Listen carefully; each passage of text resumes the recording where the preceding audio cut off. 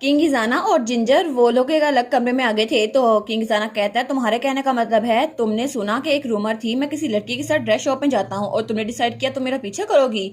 वो कहती है मुझे माफ कर दें। तो किंग इजाना कहता है मैं कोशिश कर रहा था कि तुम्हारी मॉम को कोई ड्रेस ले दूं जिसकी वजह से मैं उनकी गुड साइड पर आ जाऊं, लेकिन मैंने कभी सोचा नहीं था ये इतना बड़ा मसला बन जाएगा और मेरे पास तुम्हें बताने का टाइम नहीं था, मैं भूल गया था, इसलिए मैं तुम्हें एडवांस में बता नहीं सका, ये मेरी गलती है। लेकिन फिर भी ये इतना हार्ड है कि तुम मुझ पर ट्रस्ट ना करो। आखिर तुमने मुझे समझा क्या हुआ, एक ऐसा लड़का जो तुम पे किसी और से चीट करे। तो वो सोचती है मेरे पास कोई एक्सक्यूज नहीं है, अगर रोल रिवर्स होते ना तो मैं भी बहुत ज्यादा गुस्से में होती, लेकिन क्या मैंने इजाना का भरोसा तोड़ दिया और मुझे नहीं लगता कि ये चीजें बिल्कुल भी ठीक हो रही हैं। तो इजाना अपने सर पकड़ लेता है। वो कहता है मैंने तुम पे पूरा भरोसा किया था और तुम्हारी वजह से मेरा कर्ज लिफ्ट हुआ, लेकिन ऐसा लगता है कि तुम्हें तुम्हें मुझ पर भरोसा नहीं है। वो कहती है मुझे माफ कर दे सर, लेकिन मुझे पहले काफी बार धोखा मिल चुका है, इसलिए मुझे लगा शायद इस बार भी ऐसा होगा, लेकिन फिर भी मैं कोई और एक्सक्यूज नहीं बनाना चाहती। मैं बहुत ज्यादा थॉटलेस थी और मुझे आप पे ट्रस्ट करना चाहिए था, चाहे कुछ भी हो जाए, मुझे पक्का भरोसा करना चाहिए था। मैं बहुत ज्यादा सॉरी हूँ। तो इजाना उसको जब देखते हैं तो वो कहती है आप बहुत ज्यादा गुस्सा है ना, तो मैं क्या कर सकती हूँ आपको फील बेटर करवाने के लिए। वो कहता है सबसे पहले मुझे एक चीज प्रॉमिस करो, दोबारा कभी भी तुम मुझ पे शक नहीं करोगी। वो कहती है ठीक है मैं प्रॉमिस करती हूँ, ऐसा कभी नहीं होगा, कभी भी नहीं। तो वो कहता है अगर तुम अभी कह भी रही हो ना फिर भी मुझे तुम्हें पनिश करना पड़ेगा और उसके पास होता है। तो जिंजर कहती है क्या इजाना, तो इजाना उसके पास होता है तो हमारी जिंजर आंखें बंद कर लेती है। तो तब वो उसके कान में कहता है ठीक है मैं तुम्हें वैसे भी पनिश नहीं करने वाला, लेकिन दोबारा से प्लीज मुझ पे भरोसा रखना, सिर्फ तुम इकलौती हो जिससे मैं प्यार करता हूँ। तो वो कहती है ठीक है। तो वो कहता है और उन बैड मेमोरीज को भूल जाओ, दोबारा तुम उन बैड मेमोरीज को याद ना करो जो तुमने की साथ वक्त गुजारा था। वो कहती है ठीक है। वो कहता है अगली बार मैं बिल्कुल भी रहम नहीं दिखाऊंगा तुम पे। वो कहती है हाँ बिल्कुल। तो जिंजर सोचती है ठीक है दोबारा से मैं किकी का नाम लेके भी नहीं आने वाली, वो बदतमीज, उसको तो मैंने याद करना ही नहीं है। तो जिंजर उसके सामने वो कहती है ठीक है मैं दोबारा कभी भी आपके प्यार पे शक नहीं करूंगी। वो इजाना कहता है चलो ये अच्छा हो गया और फिर इजाना उसका हाथ पकड़ता है। वो कहता है चलो भाई चलते हैं, तुम्हारी मौत फिक्रमंद हो रही होंगी। वो कहती है जी सर। और उसके बाद वो लोग उसके मेंशन पहुंच चुके थे क्योंकि उन्होंने कपड़ों की खरीदारी कर ली थी। तो इजाना कहता है अब मैं आप दोनों को बाद में मिलूंगा, ठीक है मुझे थोड़ा काम, मुझे जाना होगा। तो जिंजर की मॉम कहती है थैंक यू सो मच आपके उस गिफ्ट के लिए, और अच्छा होता ना आप चाय के लिए रुक जाते। वो कहता है वेल मैं रुक सकता लेकिन बहुत सारा काम है ना, बहुत सारा काम पड़ा हुआ है और मुझे नेक्स्ट अपॉइंटमेंट तक जाना होगा। और पीछे से जिंजर वो तो उसको हार्ट शेप बनाई जा रही थी, वो कहती है आई लव यू सर। तो इजाना कहता है ठीक है गुड बाय। और उसके बाद उनकी बग्गी वहां जा रही थी और वो हेमल के साथ बैठा हुआ था। तो वो कहता है हेमल तुमने भी अपने आप को डिस्गाइज किया और मेरे पीछे आए, मुझे लगता है तुम्हारे पास आजकल कोई काम नहीं रहा। वो कहता है मुझे माफ कर देगा मेजेस्टी। वो कहता है अच्छा मैंने सुना था कि जिंजर तुम्हें सब में धकेल के लाई है, लेकिन फिर भी तुम्हें तो मुझ पर ट्रस्ट होना चाहिए था ना। तो हेमल कहता है मेरे पास कोई चॉइस नहीं थी, लेडी जिंजर वो रो रही थी मेरे सामने, आखिर मैं बस खड़ा होकर उनको देख कैसे सकता था। तो वो कहता है क्या वो रो रही थी, लेकिन इतनी बड़ी बात तो नहीं थी, वो रोई जा रही थी।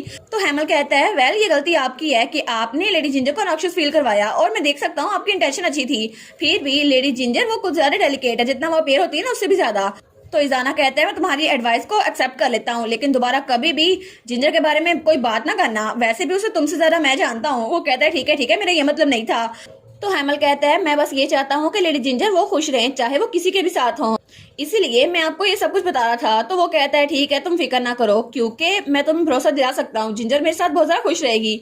तो हेमल वो स्माइल करता है, वो सोचता है मैं जानता हूँ कि आप अपना प्रॉमिस रख सकते हैं सर, क्योंकि कल रात मैंने एक ख्वाब देखा था और उस ख्वाब में मैंने फ्यूचर की झलक देखी थी जिसमें आप और आपकी फैमिली बहुत ज्यादा खुश थी और जिंजर स्पेशली आपके साथ बहुत ही ज्यादा खुश थी और उसने तो हमारी जिंजर और इजाना के बेटे और बेटी भी देखे थे। तो तब वो कहता है मैं सच में आप दोनों को कांग्रेचुलेशन कहता हूँ आपकी आने वाली शादी के लिए। तो तब इजाना वो कहता है थैंक्स। और दूसरी तरफ हमें जिंजर का घर दिखा रहता है। तो उसकी मॉम कहती है गोश जिंजर सच में तुम्हें लगा था कि मैं किंग इजाना के साथ हूँ, उनका अफेयर चल रहा है, लेकिन ये तो सबसे ज्यादा सीरियस चीज है जो आजकल मैंने पूरे साल में सुनी है। तो वो कहती है मोम मैं क्या ही करूँ, मुझे गलतफहमी हो गई थी। तो उसकी मोम कहती है मुझे लगता है ये बहुत ज्यादा अच्छी गलतफहमी है क्योंकि इससे पता चलता है तुम उनसे कितना ज्यादा प्यार करती हो। और तब उसके हाथ पे रखते हुए कहती है लेकिन अगर तुम्हें कभी भी शक हो ना तो डायरेक्टली उससे पूछ लिया करो, उसके साथ ऑनेस्ट रहा करो, वैसे भी तुम जानती हो ना वो भी तुमसे इतना ही प्यार करता है। वो कहती है जी मॉम मैं इस बात को याद रखूंगी। तो उसकी मॉम कहती है अरे हाँ मैं तो भूल ही गई थी, मैं तुम्हें वो ड्रेसेस दिखाऊं जो मुझे गिफ्ट मिले हैं। और तब उसको अपने कमरे में ले आई थी जहाँ पे बहुत सारे ड्रेसेस थे। तो उसकी मॉम कहती है देखो ना हिज मिसेस ने इतनी ज्यादा तकलीफ की, मैं तो बहुत ज्यादा ऑनर्ड हूँ। तो वो सोचती है क्या इतने ज्यादा ड्रेसेस, ऐसा लगता है पूरी शॉप यहाँ पर शिफ्ट हो गई है। तो उसकी मॉम कहती है वेल ऑफ कोर्स मुझे इन गिफ्ट की जरूरत नहीं थी क्योंकि इसके बगैर भी हिज मैजेस्टी बहुत ज्यादा अच्छे सन इन लॉ बनते बनते, लेकिन नए ड्रेसेस तो हमेशा वेलकम है। और पता नहीं कितने लंबे अरसे से मैंने नए ड्रेसेस नहीं लिए। तो हमारी अन सोचती है मुझे पता नहीं था मोम जरा खुश हो जाएंगी, अगर मुझे पता होता तो मैं खुद उनको नई ड्रेस ले देती। लेकिन बचपन से लेकर अब तक मोम वो अपना ध्यान रखती नहीं थी। जब भी मैं उनसे कहती थी ना कि ये पुराना ड्रेस नहीं है तो मोम कहती थी अच्छा ये पुराना है, लेकिन हर बार वो मुझे नई ड्रेस लेकर देती थी। तो वो तो बहुत ज्यादा गिल्टी हो गई थी। वो सोचती है इजाना जरा थॉटफुल हो रहा था, वो मेरी मॉम के लिए इतना सब कुछ कर रहा था और मैं ऐसे ही उस पर शक करी थी। लेकिन फिर भी अभी भी इतनी देर नहीं हुई, मुझे कल जाकर उसको मना लेना चाहिए। वैसे भी मैं भी उससे बहुत ज्यादा प्यार करती हूँ ना, तो ये ठीक है, मुझे उससे बात कर लेनी चाहिए। और मैं ईजाना को बताऊंगी कि मैं बहुत ज्यादा सॉरी हूँ और थैंकफुल भी, और मैं उसको कितना सारा प्यार करती हूँ। और तब हमें कुछ दिनों बाद का सीन दिखा रहता है। तो ईजाना खड़ा होता है, वो कहता है फाइनली काम खत्म हो गया, अब मैंने अगले हफ्ते का भी सारा काम कर लिया है, तो इस वीकेंड हम लोग अपनी शादी रख सकते हैं। वो कहती है क्या इतनी जल्दी क्या है, और मुझे लगता है हमें इतनी जल्दी डेट नहीं रखनी चाहिए। तो ईजाना उसके पास उतार कहता है क्या मतलब, तुमने कहा था कि हम लोग कल शादी रख लेंगे, ऐसा लगता है कि हम लोग सेम पेज पे नहीं है, तो मैं जल्दी ही शादी की।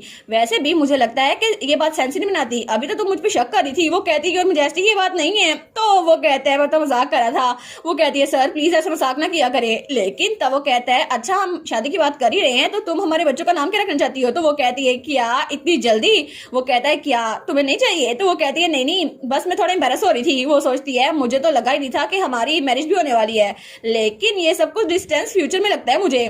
तो तब वो बेचारी तो शर्माई जा रही थी। तो तब वो कहता है टू बी ऑनेस्ट मैंने तो कुछ नाम सोच भी लिए हैं। वो कहती है सच्ची कोई नाम सोचे हैं। वो कहते हैं हाँ हाँ सोचे है ना, कैरेट ऑनियन कैबेज। देखा मैंने कहा था इसके बेटे का नाम कैरेट होगा, आ गया ना वो दूसरे मानवा में। तो तब वो कहती है ओ नो मैं आपका क्या करूं सर। वो कहता है तुम्हारे चेहरे को देखकर तो मुझे लगता है कि तुम्हें सताने में बड़ा मजा आता है। वो कहती है ठीक है बस कर दे मुझे सताना। और तब सीन चलता है और हमें फाइनली उनकी शादी का दिन दिखा रहता है। और हमारी जिंजर वो तो अपना ड्रेस पहन के बैठी हुई थी। वो सोचती है मैं तो बिल्कुल पागल हो रही हूँ, मैं तो बहुत ही ज्यादा नर्वस हो रही हूँ, इतना माहौल टेंस क्यों हुआ है।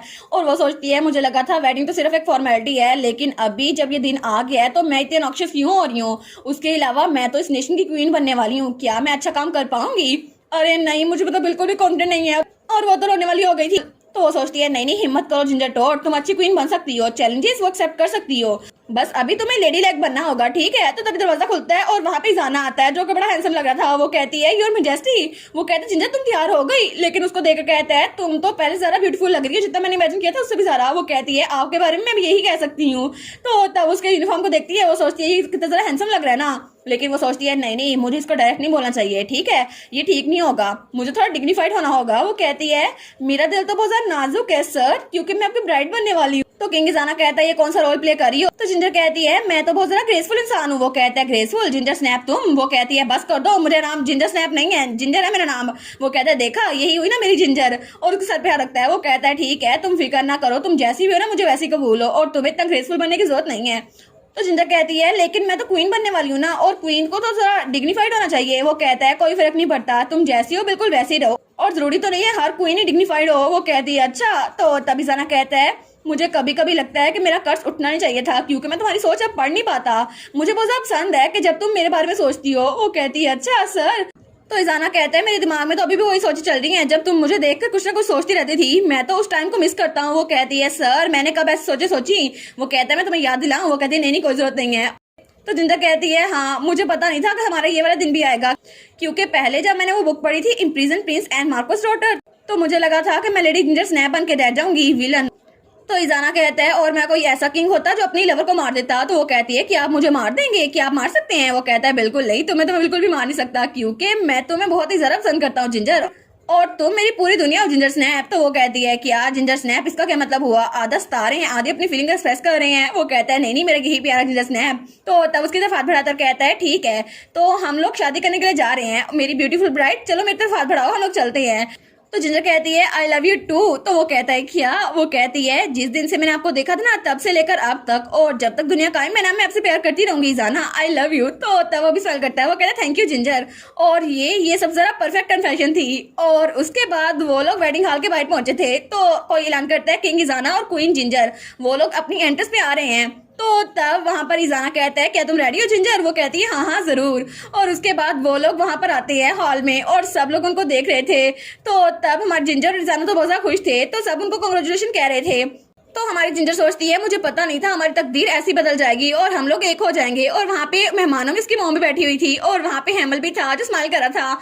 हाय बेचारा हेमल ये अकेला रह गया। तो वो सोचती है हालांकि हमारी लाइफ में बहुत सारे चैलेंजेस आए और क्या पता आगे जाकर कोई कर्ज ये चैलेंज आए, लेकिन जब तक मैं इजाना के साथ हूँ ना और मुझे उस पर ट्रस्ट है तो हम लोग इसको पार कर सकते हैं, है ना।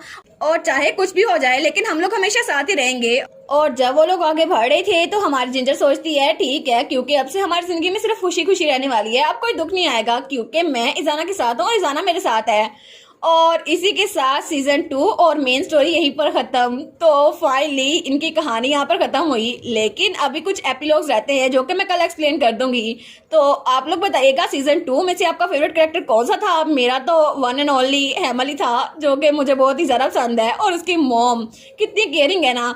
और आप लोग बताना आप लोग का फेवरेट कैरेक्टर कौन सा है। मजीद मानवास देखने के लिए प्लीज चैनल को सब्सक्राइब कर दें और मेरे दूसरे और तीसरे चैनल को भी सब्सक्राइब कर दें और काइंडली वीडियो को लाइक कर दिया करें और अपना ख्याल रखिएगा। Bye bye.